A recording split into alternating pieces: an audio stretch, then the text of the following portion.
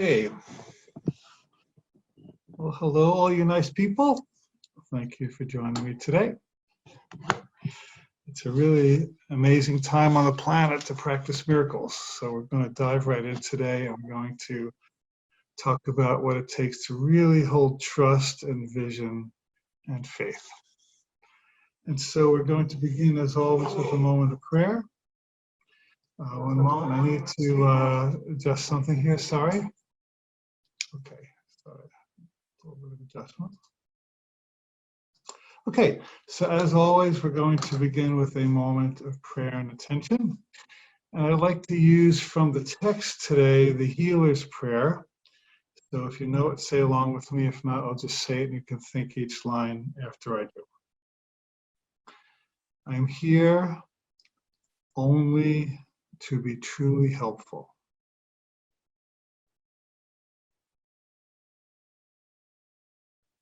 I am here to represent the Great Spirit who sent me.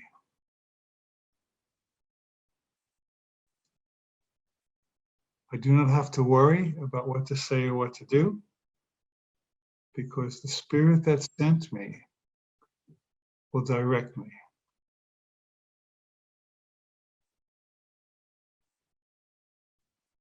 I am content to be wherever Spirit wishes, knowing Spirit goes there with me.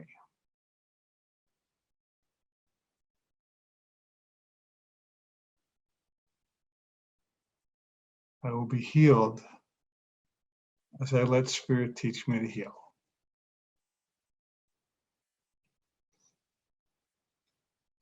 And so it is.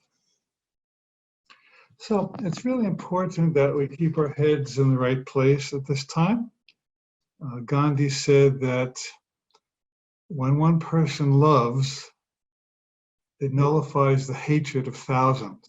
And we can translate hatred to fear, huh?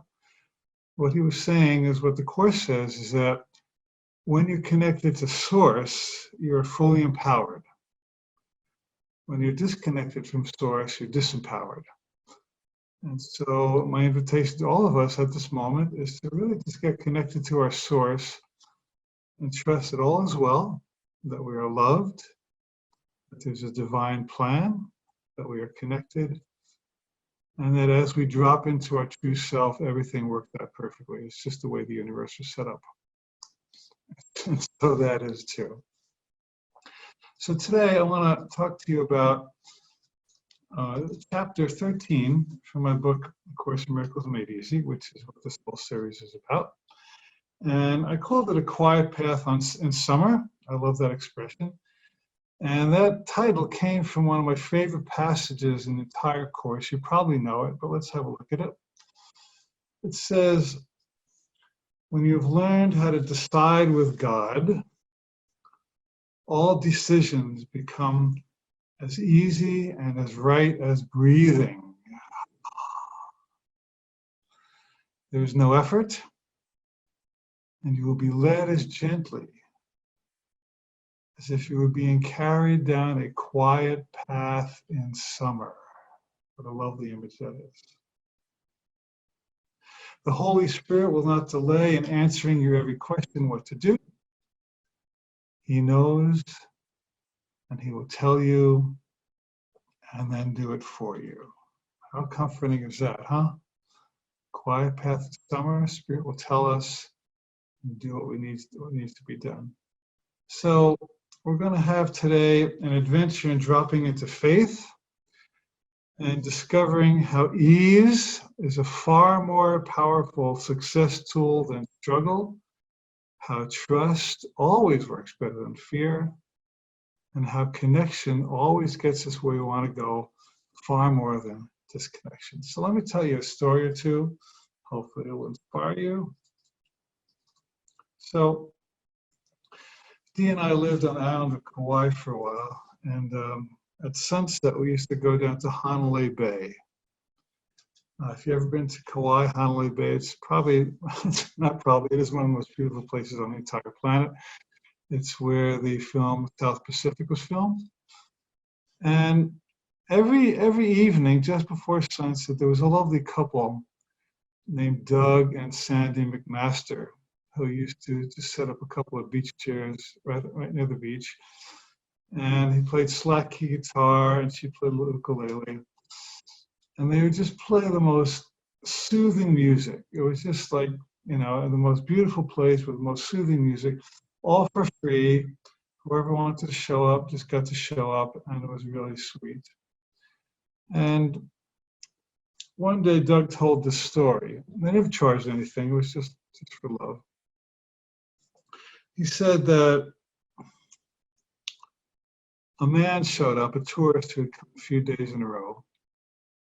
And he said to Doug, "What's your dream?" And Doug said, "Well, if I could have anything I wanted and wave a magic wand, there's this special guitar maker on the island of Hawaii. And I would ask him to make me, the perfect guitar." And the man said, "Okay, it's yours." How much was it? $10,000. And this audience member just bought Doug a $10,000 guitar like that. Now, my point is that those two people showed up every day just out of love. They didn't charge anything. And what goes around comes around. All they wanted to do is bring ease and delight, and relaxation and well-being to everyone who showed up in this beautiful place. And they weren't doing it for the money. They weren't doing it for the fame or the success. They were just doing it because they loved to do it. And the universe took impeccable care of them because they were in the right mind. They were in the right mindset. And I want to suggest to you as well that when we're in the right mind, the universe takes amazing care of us. Now, some of you have heard me tell a story. I don't think I've told it on this particular program, but I will now. It's in one of my books. I think it's in the introduction to Relax and to Wealth. So, well, first of all, I was getting ready to fly from Maui to California one day, and a voice came over the intercom when I was in the airport lounge and said that the plane is now delayed by 2 hours. And I just got to wait. It was a mechanical thing. And so I had put in for first class upgrade. And the first thing I did was I rushed to the reservations desk to see if I could get an upgrade to get it approved. And my attitude growing up in New Jersey was if you want something, you get in people's face and you annoy them until they give it to you. That was what I learned. But I was in Hawaii now. And a long line had formed in front of me because other people were trying to rearrange their flights and get their upgrade. And I realized that if I just stood in line and waited, it would probably be almost until the time that the plane was taking off for me to fight with somebody to get my upgrade. And a voice came and said to me, "What do you teach, Alan?" It was the inner voice. I said, "Well, I teach trust." And the voice said, "Is this what somebody who trusted would do? Just stand in line for 2 hours waiting to yell at somebody so you might get an upgrade?" And I answered, "Nah, that's not exactly what somebody who trusted would do." And then it said, I had these conversations in my head with Spirit. And then it said, "What would somebody who's trusting do?" And the answer was, "Well, I have a ticket to the executive lounge. And I would just go sit in the lounge for a couple hours and I'd put my feet up and have some orange juice and do some emails and take a nap. And I would just enjoy these 2 hours rather than waiting to fight with somebody." I thought, well, that's what I'll do. So I went to the lounge, I did all that. And 15 minutes before the plane was about to take off, I went back to the gate. And as I'm passing the desk, I hear a voice say, "Would Mr. Cohen please come to the desk?" Okay, showed up. "Yes, Mr. Cohen." "Well, Mr. Cohen, it looks like your first class upgrade came through. Well, how cool is that?" And she said, "I don't know how that happened." He said, "That seat was not there open a minute ago. I don't know where that seat came from." So I said, "Well, that's cool." So I took the ticket. And I walked away and I realized that you're supposed to give these coupons in order to redeem your first class pass. I thought I'll be an honest person. I went back and said, "Hey, do you want these coupons in order to give me my seat?" The lady said, no, she said, the computer here says it's paid for and that's good enough for me. I said, well, that's good enough for me too. So I walked back on the plane, and I had, at that time, the best flight of my life, sitting first class for free. And I thought, well, who arranged this? And I really thought that was a living demonstration that trust has practical payoffs. It wasn't just that I trusted, I felt better, and I got an economy seat, and I didn't mind. That wasn't it. So what happened was, I trusted in spirit. Spirit did its miracle wonders, whatever that is, and it literally arranged things on the physical plane that made my life easier and better. This was a real miracle. There was no logical explanation for what happened. And I really believed if I'd stand in line and waited to fight with that lady, I would have ended up with an economy seat. I really think that's the way the game works. So let us look at some of the principles of trust and what happens when you let things be easy. So the illusion is that hardship, struggle, and sacrifice pave the way to success. And a lot of our parents told us that I busted my butt for 40 years to get where I am, and I really struggled and sacrificed, and therefore I succeeded. Well, I'd like to suggest that that works, but only because you believe it will work. Course in Miracles tells us the mind is very powerful, and it says literally illusions are as strong in their effects as the truth. So if you believe I have to struggle, sacrifice, and have a lot of pain to get healed, to be successful, find a partner, then that's the way it'll work. You will struggle, sacrifice, and you'll get your partner, but it's not because the struggle and sacrifice did it, it's because you believed struggle and sacrifice would do it. The truth is that ease, flow, trust, and attunement to inner guidance are far more powerful to pave the road to success. So a question I often ask my classes is, if you were willing to let it be easy, what would you be doing differently? So let's return to my moment at the airport. When I was in fear, I was in resistance, I was in struggle. Grew up in New Jersey. That's pretty normal for New Jersey, not for Hawaii. And I had to ask myself, what does the voice of trust say instead? As we've said many times in this program, there's only two voices, fear and love. And you can substitute the word trust for love or confidence or vision or allowance. It's all the same. So let's make this really practical. So we are in a period of time on the planet where lots of people are fearful. And lots of people are doing things out of protection, not productivity. They're doing things out of fear, out of not love. They're doing things out of disconnection rather than connection. And we're all tempted to, are you not? I am. So what does the voice of fear say? Well, it says the planet's going to hell. It says there's not enough of everything for anybody. I'm not safe. Things might get me. I might be contaminated. Now, not one of those voices represents a voice of trust and safety. They're all variations on fear. I'm not suggesting that you don't be practical. I mean, if you need to do things practical, like wash your hands or wear a mask or don't touch people or stay at home, I mean, all these things may indeed be indicated at a time like this. We're not denying that. However, the attitude that we hold makes all the difference in our experience. So what would the voice of trust say? Let's just try a few things and emphasize. Well, God's really in charge. And the stream of well-being is far more powerful than the stream of disconnection. The universe is always righting itself. The universe is always correcting itself. The universe always has an answer. One of my favorite phrases is nature bats last. And nature is more about well-being than non-well-being. The body, the physical body, is always seeking to heal itself. It's called homeostasis.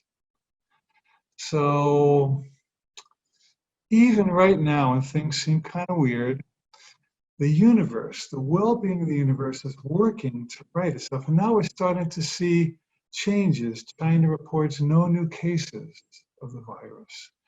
I just came back from Japan, and they're kind of on the other side of the wave as well. And they're talking about opening up the schools again quite soon. And people are getting back to work, and the trains are starting to get full again. So we're kind of seeing what's happening from one side of the curve, one side of the wave. But there's another side of the wave that's already happening and already real. And we can, whatever you pay more attention to, you get more of. So if you pay attention to scarcity and fear, you get more scarcity and fear. If you pay attention to abundance and supply, you get abundant supply. And a lot of people I know are taking this time at home to really catch up on projects, I'm just loving being with Dee and the dogs. We're having a lot of quality time that we don't have so much when we're busy. Doing some yard work, doing some writing. I mean, what if we reframe home time as opportunity time? I think California was calling this time home sanctuary. Doesn't that feel a lot better than lockdown? So this is a home sanctuary time. And I truly believe that those of us who relax during a period that could be difficult for lots of people will come out shining. I think, Eric Butterworth, Eric Butterworth, he was a wonderful unity minister. He wrote lots of great metaphysical books. And he told the story that at one time he had to change planes in Chicago, a long time ago. And I guess there was a weather delay, or there was some kind of mechanical problem. And they had to substitute a smaller aircraft for the original one. And all these people were sitting around the lounge just waiting to get on the plane. And they decided that in order to facilitate the new size of the plane, that they would do a lottery. And they would just randomly pick people's names who could get on this plane. And of course, people in the waiting room panicked, and they all had their reason why they should get on. And it was kind of pandemonium. But there was one other guy in the waiting room besides Eric Butterworth who was relaxed. And so they kind of sat next to each other and just talked to each other. They figured, well, if we get on this plane, we'll get on this plane. If not, we'll get on the next one. And all is well, all is well, all is well. They just had a metaphysical connection. Well, they started to call the names for who gets on the next plane. And who were the first two names but Eric Butterworth and this other guy who was relaxed? Now, isn't that interesting? That the two people who were the most relaxed got to be in the flow. How interesting is that? So they were on the quiet path in summer, as you and I can be. Let's get on the quiet path in summer, shall we? That'd be a lot more fun, wouldn't it?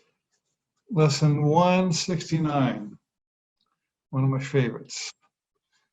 By grace I live, by grace I am released. It means that we're not subject to karma. We're not subject to the laws that people make up. We're not even subject to the laws of nutrition or health as science knows them. Only in the most limited way do they apply to us. Course in Miracles tells us over and over and over again, lesson 76, I am under no laws but God's. And the laws of God supersede all the laws that people believe in.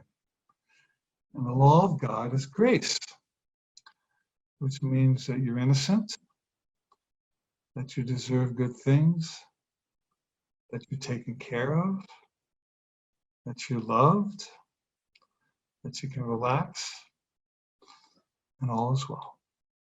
What grace is all about. So let me tell you a couple of good grace stories. Sometimes I listen to a wonderful teacher named Bashar, and he talks about a lady who she wanted to fly around the world and take pictures, but she had no money. And she thought, well, is there some way I can do this? So she got a creative idea. And she thought, let me approach the airline and tell them I will go anywhere they want me to. And I will take photos for the airline magazine at no charge. And we'll just have you help me and I help you. And so she made this proposal to the airline, and they agreed.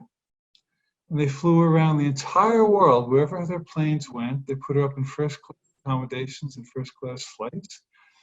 And she traded her photographs for this trip around the world for free. So it seems like money is the only way that gets things done, but there are other ways that things happen. There's this fair exchange of goods and services, and most of all, fair exchange of love. So how easy, that lady could have worked for 10 years to earn the money to go around the world, but she didn't have to wait. Jesus said, for all things are ready now. So the things that we're waiting for are available to us right now. Don't have to wait. Waiting is just, time is what keeps everything from happening at once. Another person I know was a big fan of Robert Redford. And she went to the Sundance Festival that Robert Redford started. And she just started chatting with some people there. And it turns out that somebody knew Robert Redford, and he was looking for a personal assistant. And through a very interesting series of synchronicities, this lady ended up being Robert Redford's personal assistant, just by showing up at the festival. And she wasn't trying real hard. She just showed up and she loved him. And the law of attraction has ways of putting people and things together that struggle doesn't. So all these stories I'm giving you, mine and the others, are all beautiful examples of how ease and flow create success far more than anxious, pushing, or struggling, or opposing. Joel Osteen said, when you work, God rests. When God works, you rest. Now, it's kind of an oversimplification, doesn't mean you don't do anything. But what I think he means here is that when you think that you have to do it all, then God says, go right ahead. You go ahead and do it all. Have fun. But it's really not that much fun, because trying to do God's job is very, very burdensome. And so when you lay back and let God do what God needs to do, then it's a lot more fun. I visited Sarasota, Florida a number of years ago. And I think it was Barnum, I think P.T. Barnum had a place there. I might have visited it. And near the entrance to his house, I believe they have there's a big statue of Atlas, you know, I guess it's a Greek or Roman Atlas, who he's carrying the world on his shoulders. And Atlas does not look like a very happy guy. He's not a happy camper. He looks pretty miserable. It's a famous statue, but I don't think anybody really takes the time to think about how miserable Atlas really looks. And when we attempt to carry the world on our shoulders and do it all ourselves, we get miserable too. I certainly did that more than I cared to. Sometimes he says, just go to the beach, would you? We're working in the office and I'm upset or uptight about something. He said, just go to the beach. Come on, get out of here. And she says, you know, when you go to the beach now, all the people sign up for all kinds of programs. And it's true. And sometimes when I go to Japan, people start buying houses and all kinds of good things happen when I'm out of the office thinking I have to make these things happen. So we learn about contrast, don't we? However,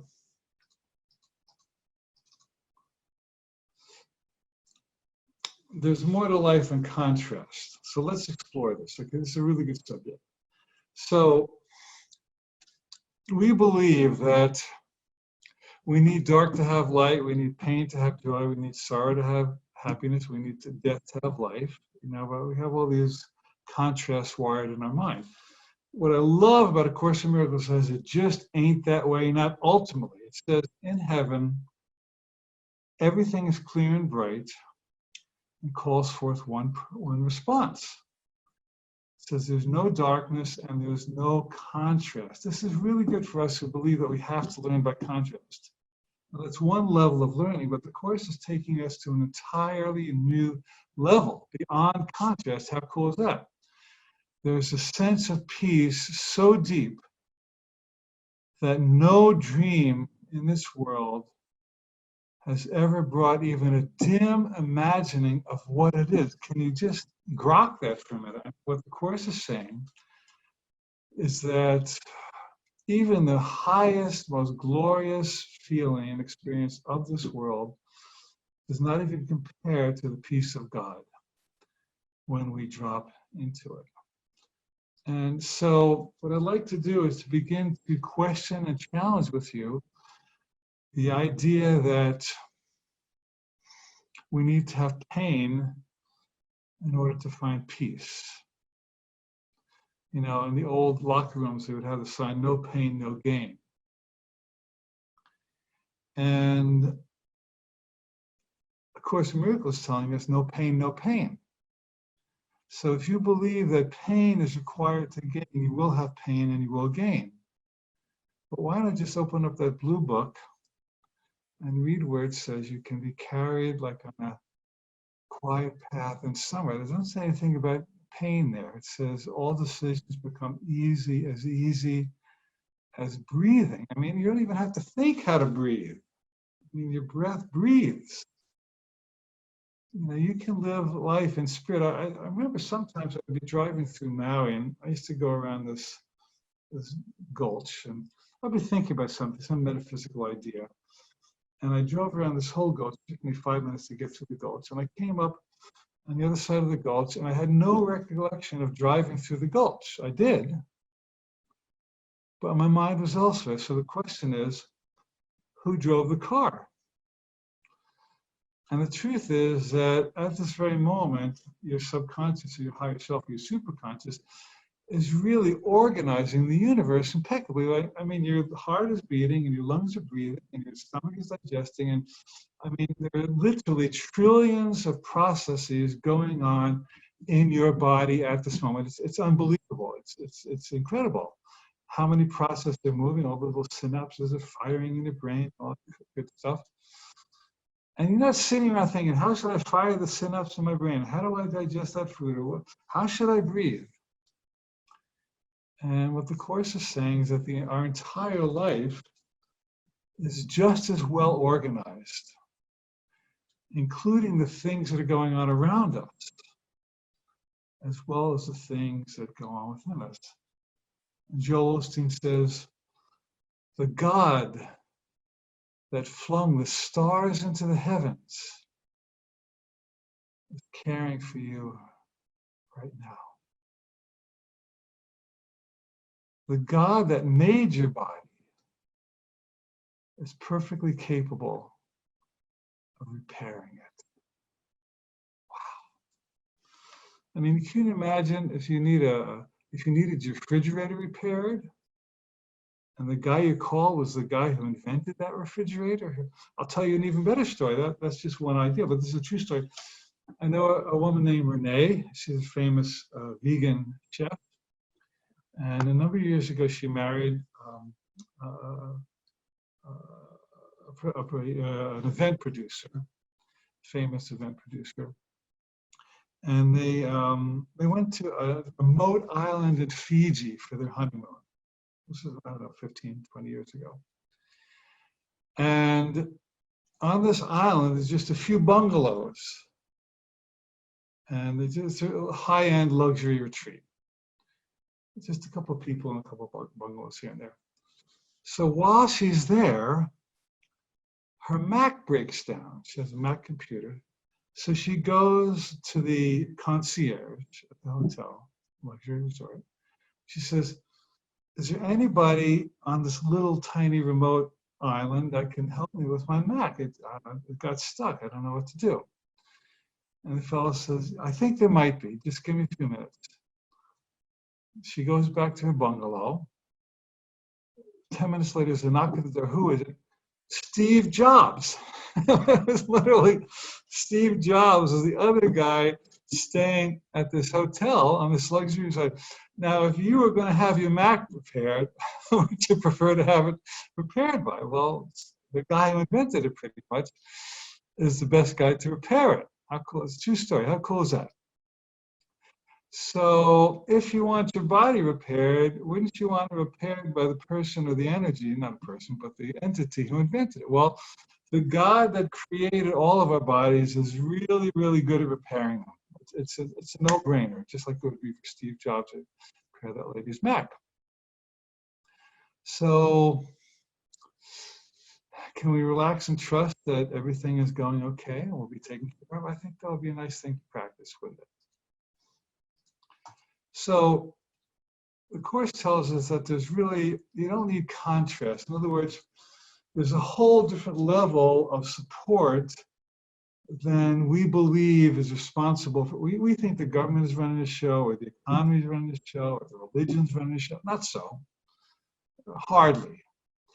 Those are all elements through which the show sometimes gets run, but I guarantee you there's a higher hand that's running the show than any of those entities. Many years ago, I moved my office in Hawaii to this remote area. We had this office in a jungle area.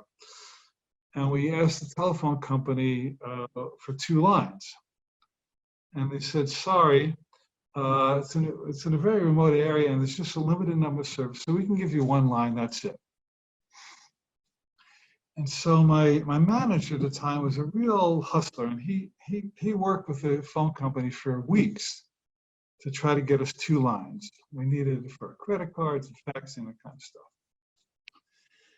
And he would report to me every day. I talked to this guy, I said, no, I talked to this guy, I said, I talked to this guy.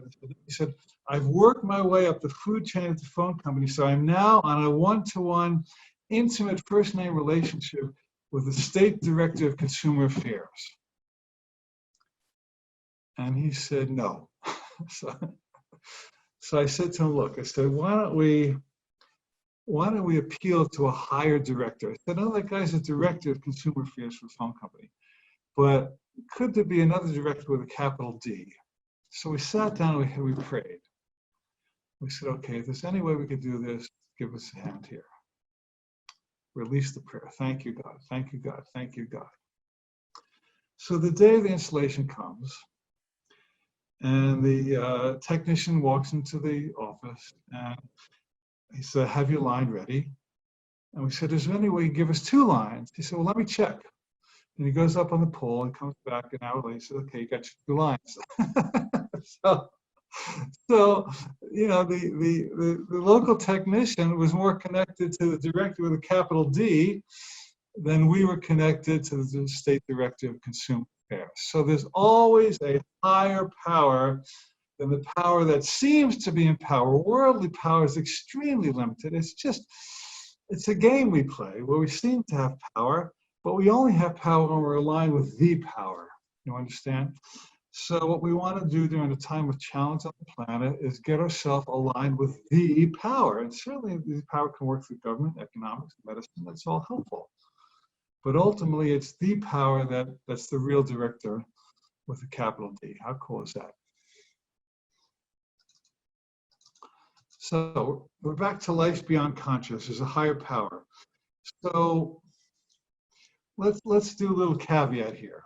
So I'll come back to the screen in a minute. So people say, well, if I'm going to let it be easy, does that mean I just lay in bed and wait for checks to flow through the window? Does it just mean I sit on my couch, you know, watching Netflix and wait for my soulmate to knock on the door? Don't I have to do anything? I mean, does it just mean you become a bum and expect people to wait on your hand and foot, and you're irresponsible and you let other people do things for you? The path of laziness doesn't sound right, because I like to get things done. Well, so here's the way it works. When you have a high intention and you want to get things done, you act. you may do something with the government, you may do something with a doctor, you may do something with the economics. I mean, you may start your business, you may file your taxes, you may do this and that. But you do it with a sense of flow and joy, not resistance and fear. So here's the deal. When you're excited about doing something and you burn with the fire of purpose, events that might otherwise stop you cannot stop you. This is where life force supersedes resistance. This is where you can have a project and have lots of obstacles, but you jump over them like hurdles because you're bigger than the hurdles. So you do act, you do go through the protocol of Earth, you do work with people, you do have some challenges. The easy path does not guarantee you don't have challenges, but it does guarantee that you will be bigger than your challenges. You understand? So, laziness isn't fun. It's really more fun to act. I've taken a couple of sabbaticals, and after a while I got bored. I want to do something. Dee and I lived in Fiji for a couple of years, and I thought, I'll just lay on the beach and count the grains of sand and blah, blah, blah. Well, I got pretty bored because I really like interacting with people. So soon I was on the phone coaching because I feel stimulated when I work with people. So I'm not lazy. I really want to connect in ways that are meaningful to me. And I would just say the same thing for you. That I'll tell you one more story, and I think we'll go to Q&A. So Nishank, if you want to get ready. If you want to ask questions, just type them into Nishank put in Q&A, and in a few minutes we'll pick them up in the last minute as I can in the time allotted. So I knew a lady named Gudrun Cable, and she wanted to open up a hotel dedicated to great writing and great authors. So she found a hotel on the windswept Oregon coast that she really liked. It was perfect, right on the beach and lovely skies and kind of homey. And she tried to find a way to buy it. But she didn't have much credit, and she had a hard time getting a loan. So she went to one lender, they said no, another lender, they said no. She went to lender after lender after lender after lender. And she went to 30 lenders, and finally, somebody said yes. They loaned her the money. She still didn't have money to refurbish it, but she had a good idea. She invited her friends to come and decorate the different rooms at the hotel according to the style of different great authors. And she named it the Sylvia Beach Hotel because Sylvia Beach was an area of Paris that Ernest Hemingway used to hang out in. So it was a haven for intellectuals back in the 1920s or around about that time. So she called it the Sylvia Beach Hotel. And so she invited her friends to each decorate a room according to one author they loved. So one author did the Dr. Seuss room, and they had Cat in the Hat pictures and some of his writings and just fun decor. There was the Hemingway room. I stayed there actually. I stayed in the Hemingway room, and it was decorated sort of like Key West, remote island kind of place. And they actually had some of Hemingway's original correspondence that he written back and forth to people during his lifetime in frames on the wall. There was a Edgar Allan Poe room. That was interesting. And then later they had more contemporary authors like J.K. Rowling and so forth. So you could go there, you could stay in the room of the author you most like, and then you walk on the beach and they have dinners where they have intellectual discussions. It's still there as far as I know. It's Sylvia Beach Hotel. I'd go back if I was in the area. But the point is, she went to 30 lenders before somebody said yes, because the fire of purpose was so powerful that those no's could not stop her. So in a sense, it looked like it was hard because she was getting obstacles, but it was really easy because the big picture of the idea was so much fun that it was a game jumping over those obstacles. So that's another interpretation of how easy it can get. So she was actually walking the quiet path in summer, even while it appeared to not be a quiet path, she was letting it be a quiet path. So can we relax a little bit? Can we lighten up a little bit? Can we play a little bit? Can we enjoy a little bit? Can we connect a little bit? Can we say wherever I am, God is, and have some fun with the people we're with? Can we hold the bigger picture than the current short-sighted picture? I think we can. I think if you're watching this recording or watching this live, it's doable, you know. And let me ask you one last question before we go to Q&A. If not you, then who?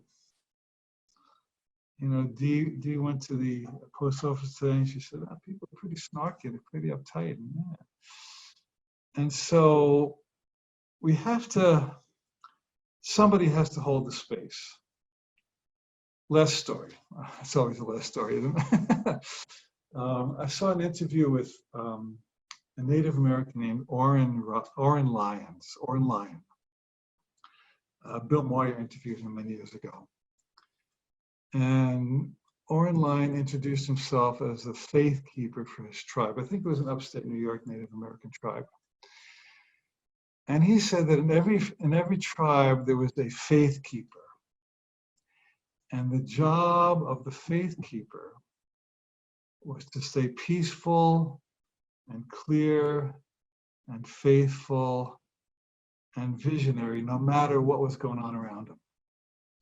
So the tribe could be at war, but he was the one guy who had to remain at peace.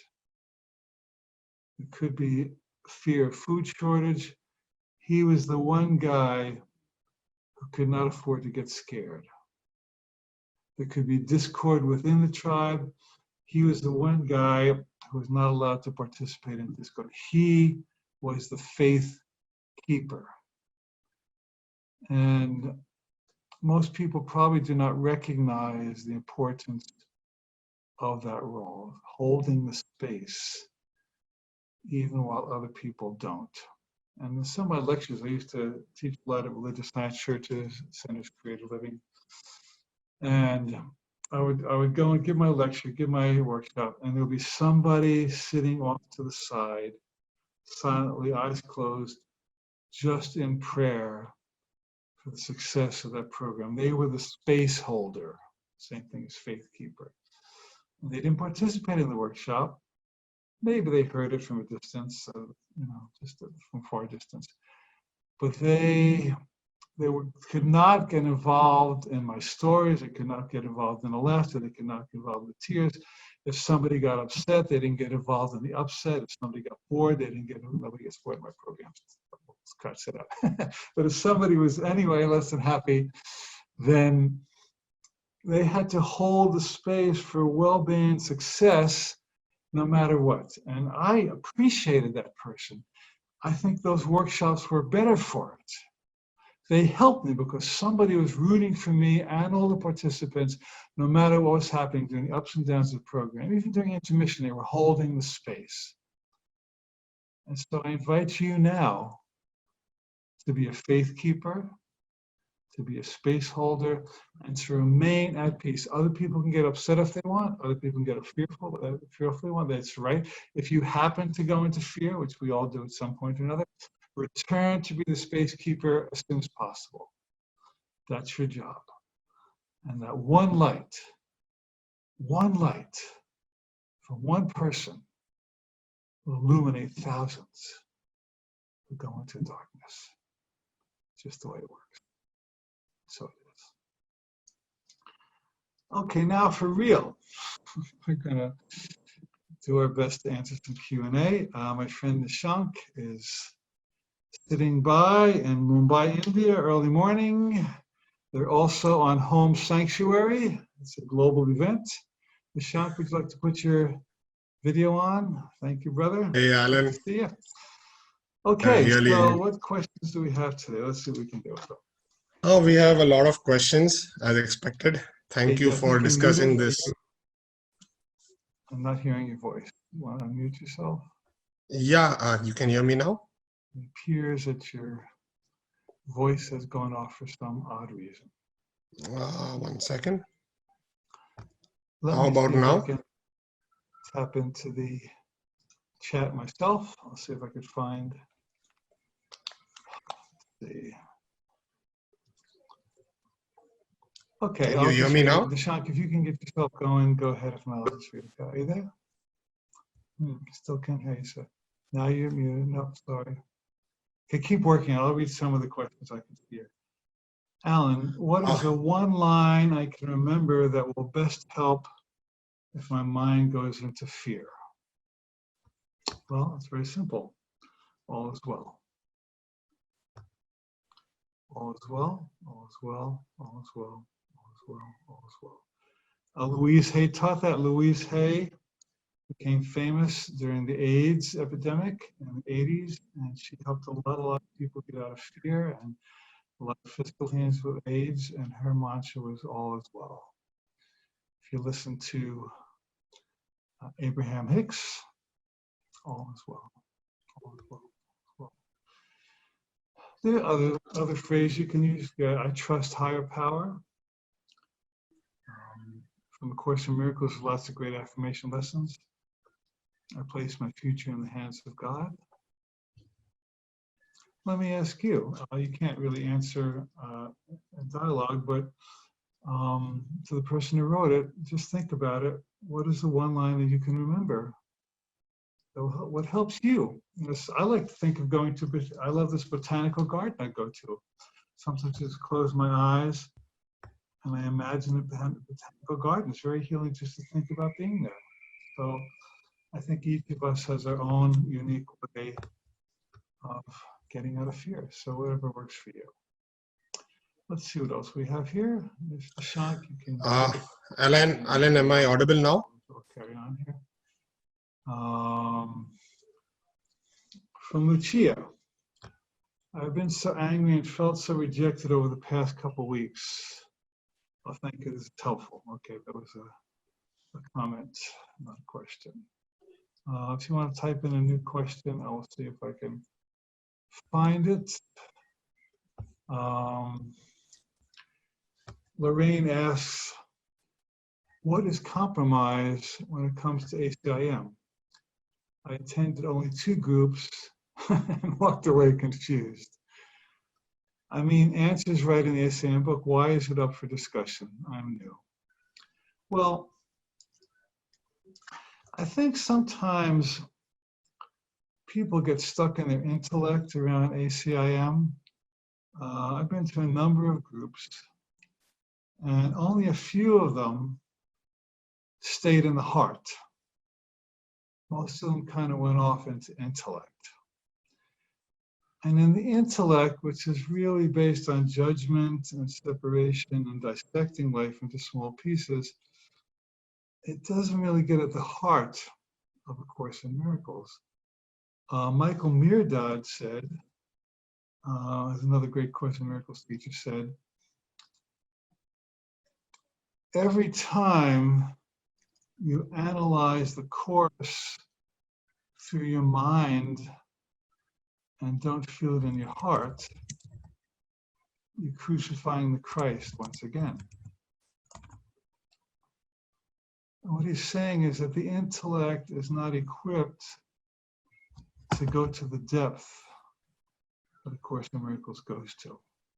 It seems to be intellectual because lots of fancy words and lofty concepts, but it's really a hard experience.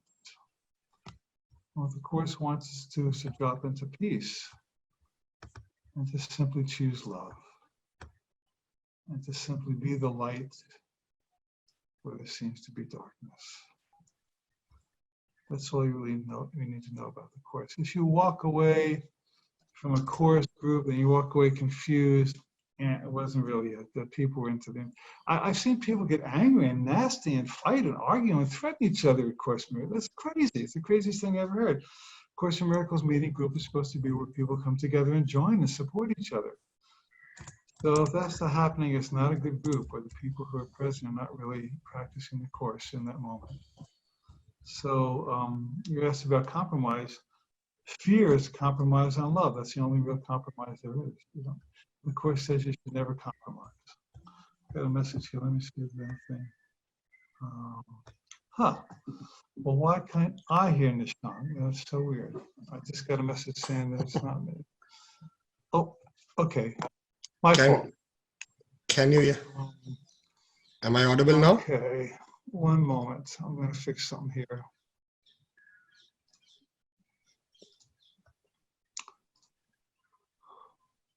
Okay. I had something wrong with my computer. Nishank, are you there? Yes, I'm pretty much here. Okay. My mistake. My error. Thank you for. So we have a few minutes left. Nishank, do you want to fire some questions? Yes. Yes, there was a question. Somebody wanted clarity on a particular paragraph from the Course in Miracles. It's about healing. Yes. So I will sum it up. It says the central theme is that the healing of effect without the cause can merely shift effects to other forms, and this is not release. And it speaks about sacrifice or about compromise, that even a tiny sacrifice is just the same in its effects as is the whole idea of sacrifice. Yeah. Okay, so what it's saying is that it's only in the world of form and fear that we're asked to sacrifice. And it says over and over and over again in the Course that there's no compromise in heaven, that you can't have a little bit of hell in heaven, that God is everywhere and love is everywhere. And so if you make an exception to love, you've kicked yourself out of heaven. You can kick yourself back in if you like. But it's saying, the Course is absolutely saying, do not need to sell out even the slightest. Somebody wrote me a letter and said, I made a video on, I wrote an article on the coronavirus, etc. And she said, I know the Course says we shouldn't be in fear, but my spiritual teacher says that we really should fear corona. And I said, it doesn't really sit well with me that the Course says that it says fear is never justified in any form. It does not say in parentheses except coronavirus. And so the mind wants to make an exception and say, this is a cause for fear. This anger is justified. I should really be depressed now based on what happened. But the Course will have none of that. The Course is not compromising. It says, love is, you're entitled to love everywhere you are. God loves you no matter what. Quit playing games and let God love you. And so Course in Miracles says you can't have a little bit of heaven and hell, and you can't have a little bit of hell and heaven. There's no watered down heaven. It's either all love or no love. Maybe that'll help. Thank you, Alan. There are many questions about holding the space, which you pretty much answered. And there is someone who's writing from Spain, who is really concerned about the number of death toll increasing every day, and it makes her out of center. That's Miguel from Spain. And what can you say to me that can help me and help me help others? Well, from a human level, it's extremely distressing, isn't it? I mean, when we think we're bodies living in a world of bodies, when a lot of bodies die, it's pretty scary, isn't it? I've been there. I feel that feeling too. At the same time, you have to remember that when you go into fear for any reason, you lose your power. And when you get afraid, you're not really contributing. And so another way to look at it is, how can I make the best contribution during this time? And the only answer is don't go into fear the way a lot of other people are. That when you hold peace, then you're really helping all the people who are afraid, because there's a high death toll. And this is easier said than done intellectually, isn't it? But the people who have passed on have gone home to God. That they've returned to Source, that there's a bigger picture than what's happened to their body. Now, I realize it's very easy to say this glibly, oh yeah, they're just a body. I don't mean it like that. I know that if you love somebody who's passed on, it hurts. So we're not undermining that. But as somebody who wishes to make a difference on the planet, you just have to dig in and say, I am going to be peaceful no matter what the news says, no matter what gossip says, no matter what my parents say. I am going to be a force for peace on this planet at this moment, and I will not let anything drag me away from my center. And I don't think anything else is going to work. I don't know if there's any other answers to that question. You send love to the people who are suffering. You send to love people who've had losses. You send love to yourself if you had a loss. But ultimately, we just have to keep our connection to spirit. There's really no way around that. You just have to stay connected to higher power. That's the only way we're going to help anybody here. Well, thank you, Alan. That answers Mona's question as well. So I'm not repeating that. There is a lovely line before we close in this same chapter, which relates a lot to the times that are going on right now. Yes. Which says, you've written, you may believe you are responsible for your well-being, but you are not. You are responsible to cooperate and not control. And you've given a lovely affirmation which comes from the Course in Miracles. It's a lesson which says, I am sustained by the love of God. Yeah. Thank you. Yeah. Thank you so much, Alan. That's another good answer to that person's question. What affirmation? Because I am sustained by the love of God. I come back to that so much. You know, if my body has a pain, I'm sustained by the love of God. If I'm worried about money, I'm sustained by the love of God. I don't like what I read on the news, I'm sustained by the love of God. Let's close now with a meditation on this, shall we? And I want to thank Nishank so much for persevering in light of my computer error.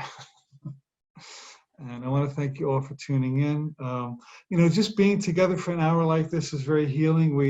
We're a point of light on the planet. And for those of us who align with this way of thinking, and we send out light, that's helping the planet in huge ways. And if you can get together with other people in person or online and just hold space and hold prayer, that is helping so much. It's just sending out waves and ripples of good and healing that literally have the power to transform the planet and accelerate the healing process. That's, you know, it says when you perform a miracle, you affect thousands of people you never hear about, but you are. So let's close with that, shall we? And thank you all for tuning in, live or to the recording. It's an honor to be with you. This helps me too, because this uplifts me and puts me in a good space for my own well-being. So thank you so much. So let's take the last 2 minutes here. I'll speak the word for all of us. I know that there is a force of good, a force of life that is operating in the universe independent of human appearances. I know that God equals love, and love is present. I know that trust always supersedes fear. So I now, in my own way, drop into the place inside me that trusts, that is comforted, that has faith, that believes in the presence of higher power, that is truly in charge of the universe. And we send out waves of light to our brothers and sisters around the planet. To anyone who may be in fear at this moment, we see you being touched and moved. We see light replacing darkness. We see kindness replacing separation. And I'd like you to visualize, please, right wherever you are, just waves of positive healing energy going out and surrounding your family and your home and your neighborhood and your town and your states and your country and all the countries. At this moment, humanity is united as never before, as never before. And the intention for healing. People really, really, really are shooting off rockets of desire, rockets of intention for healing. And so let us acknowledge that everyone's intention for peace and well-being and healing are being registered in the mind of God.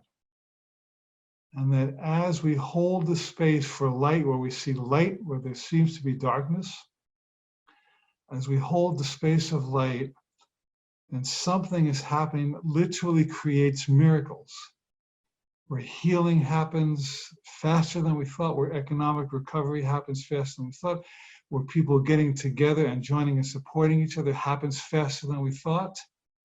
And so we are now accelerating the healing process and claiming even now, love is the predominant state of life on the planet in spite of human appearances. We see the goodness and worth and innocence of all humanity. We see the worth of all humanity to be well, to be healed, to live and prosper. To live and prosper. Great God of all that is, we now open to your presence in our life to empower us and everybody on the planet to be well, to live and prosper, to join and to know that love is.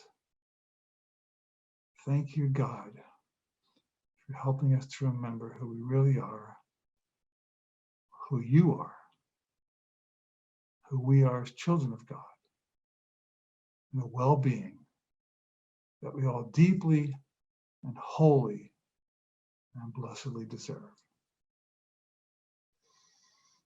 You care to join me out loud saying, so does.